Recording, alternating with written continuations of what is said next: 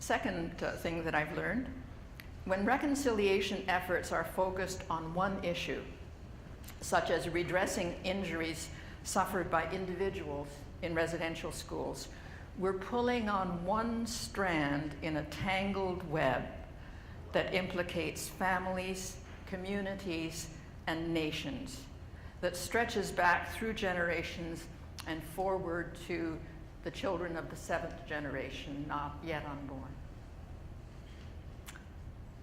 Third observation, reconciliation requires action.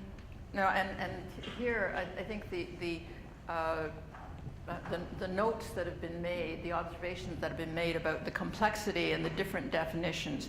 There's reconciliation in an unbalanced power relationship that says, reconcile yourself to the place that we've assigned to you. There is the reconciliation, the bringing together of different ways of thinking and doing, which is what is the respectful relationship that allows the two rows, the Haudenosaunee canoe and the Dutch sailing ship, to go along close enough to render help to one another in times of need, but not interfering with each other's laws, customs, and government. And then there's the reconciliation of mending a relationship that's been broken. Reconciliation requires action by all parties to engage in processes of acknowledgement, redress, and healing, leading to a new relationship. And at this time in our history, it's not clear that either government or Canadians generally are ready to examine the historical and continuing narrative that denies First Nations, Inuit, and Métis peoples a place of dignity. As Chief George was saying, we are builders of Canada. We are First Peoples. We are not, as the history books say, impediments to civilization. We are not perpetual burdens with our claims to land and our identity as nations, with our periodic eruptions of unrest and the poverty that is a blot on Canada's reputation internationally. So, how do we address the challenges of speaking across language barriers, taking hold of large, complex, intertwined issues, and mobilizing sufficient numbers of the populace, both Aboriginal and non-Aboriginal, to make a difference?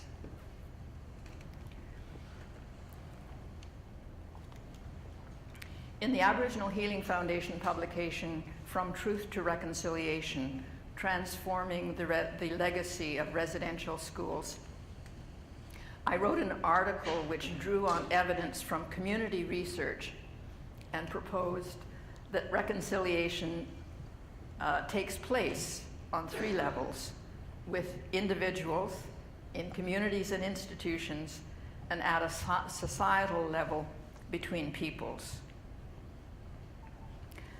At an individual level, First Nations, Inuit, and Métis people whose lives have been disrupted by deprivation and violence, or whose coping ability has been overtaxed by the stresses and risks of living as an Aboriginal person.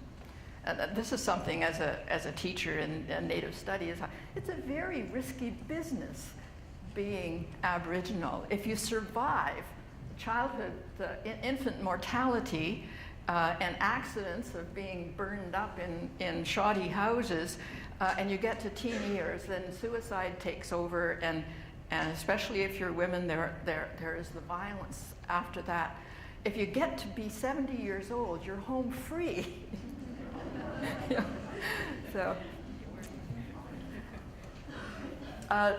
So there are people who have been just overwhelmed by the stresses and risks of everyday living, and they are finding in themselves a core of resilience that has been submerged.